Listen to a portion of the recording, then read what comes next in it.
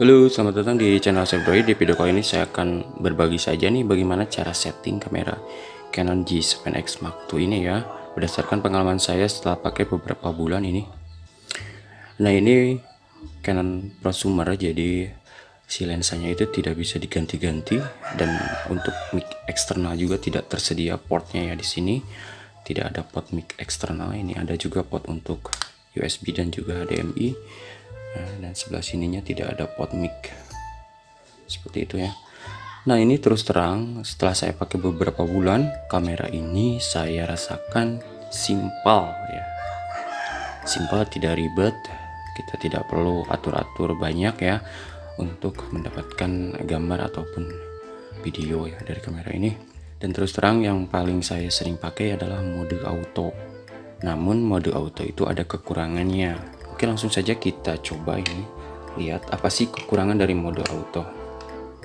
Nah, kekurangan dari mode auto ini adalah ketika kita mengatur exposure di sini. Walaupun kita atur-atur ya, ini tidak berubah ya. Tidak menambah cerah ataupun gelap pada gambar. Jadi ini semuanya yang kontrol kamera ya. Jadi kalau kita misalnya memotret di tempat gelap, nah itu ya hasilnya gelap juga, tidak bisa diterangin. Atau kita memotret dari tempat teduh ke tempat yang terang, yang ada sinar mataharinya, nah si exposure-nya ini tidak bisa diatur-atur ya, sehingga tidak bisa terlihat objek-objek yang dibalik sinar matahari tersebut ya, tidak bisa terlihat jelas. Nah, bagaimana cara setting kamera ini supaya bisa mendapatkan kualitas seperti kualitas mode auto, namun si ininya bisa diatur-atur ya sesuai keinginan. Oke, ini yang saya biasa lakukan ya. Jadi pertama-tama kita switch ini ke mode P atau program seperti itu ya. Kemudian kita akan melakukan setting di sini. Klik pada menu. Kemudian kita masuk ke bagian setting picture atau gambar ini ya. Untuk expose simulation ini saya enablekan seperti itu. Kemudian kita masuk ke nomor 2. Nah, di sini ada set ring function ya. Bukan ring sih, ini yang di bagian belakang ini ya, yang bisa diputar-putar. Nah, kita atur ininya ke WB correction seperti ini. WB correction. Jadi pas kita mau ngambil gambar, kita bisa mengatur WB-nya seperti itu ya, mau gambarnya lebih ke merah ataupun lebih ke biru seperti itu ya. Nah, ini jadi kita bisa mengaturnya lewat WB di sini.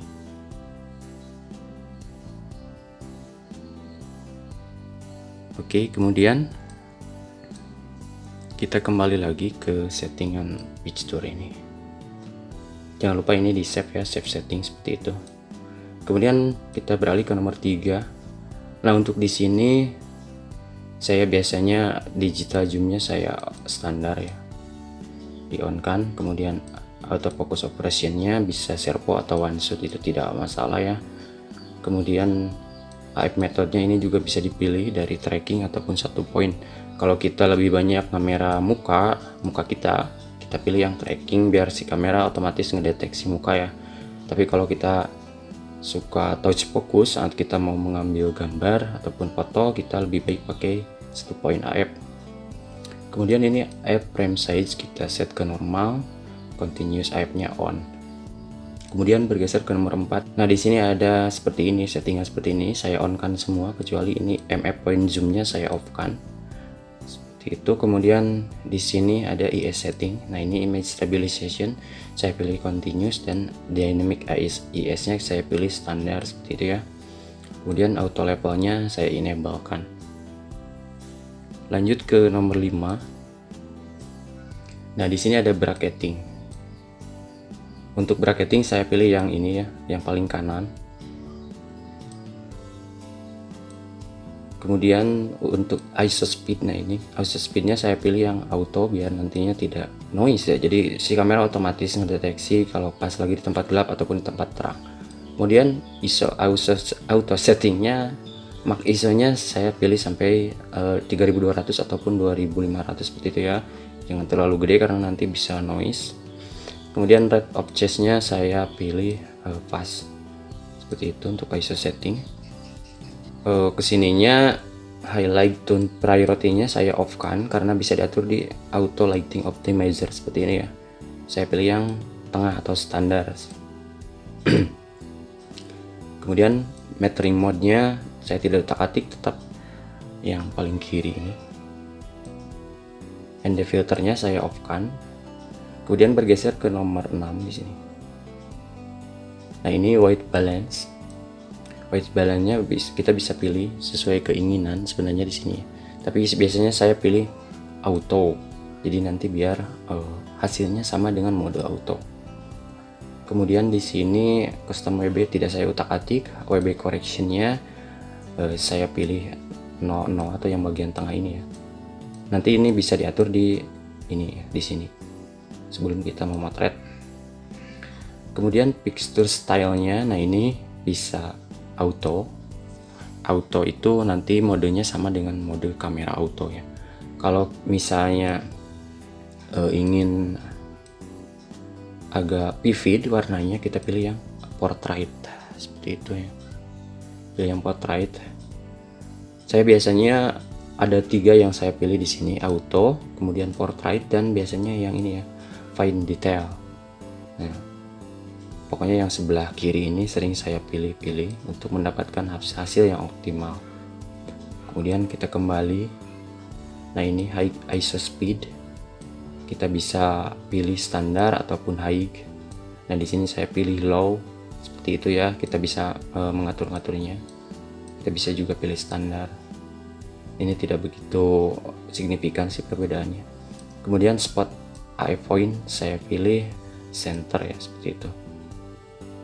Kemudian bergeser ke nomor 7, ini self timer saya tidak pakai. Nomor 8, nah ini movie rack size.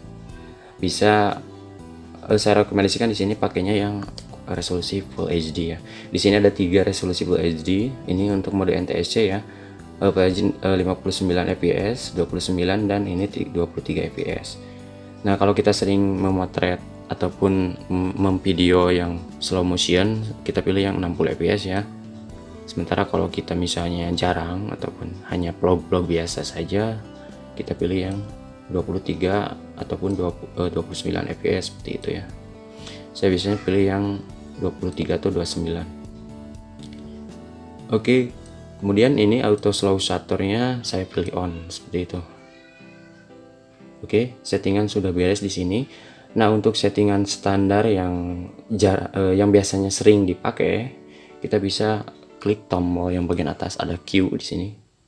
Nah, di sini juga kita bisa mengatur ISO otomatis saat sebelum memotret ya, atau white balance, picture style, kemudian metering mode, ini lighting optimizer dan sebagainya di sini ya. Oke, saya coba ini ngambil dalam mode yang barusan saya setting, yaitu mode P atau program yang sudah saya setting. Ini mode P ya.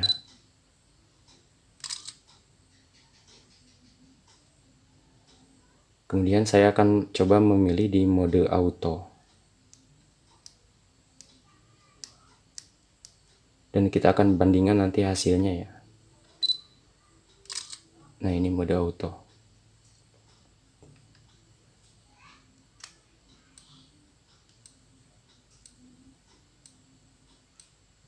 Kemudian saya akan mencoba mengambil video ini dalam mode auto ya, seperti ini.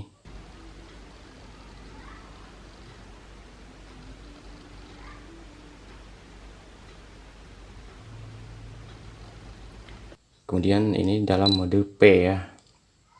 Nah, dalam mode P ini kita bisa melakukan setting dulu sebelum kita mengambil gambar atau video. Jadi kita bisa mengatur white balance-nya juga seperti ini sebelum kita mengambil sesuai kehendak ya. Kemudian di sini kalau misalnya si objek terlalu gelap, kita bisa menambahkan juga kontras ataupun exposure di sini ya, supaya lebih terang. Oke, saya coba ini ambil dalam mode P yang setelah saya customisasi.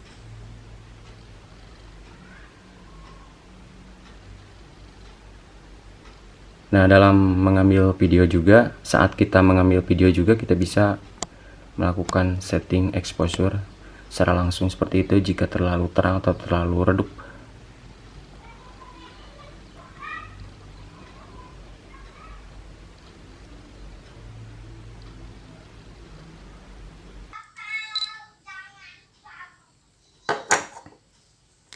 Oke, demikian cara saya untuk menyeting kamera Canon PowerShot G7X Mark II ini untuk mendapatkan hasil auto tapi dengan settingan yang lebih banyak bisa kita kustomisasi sendiri ya.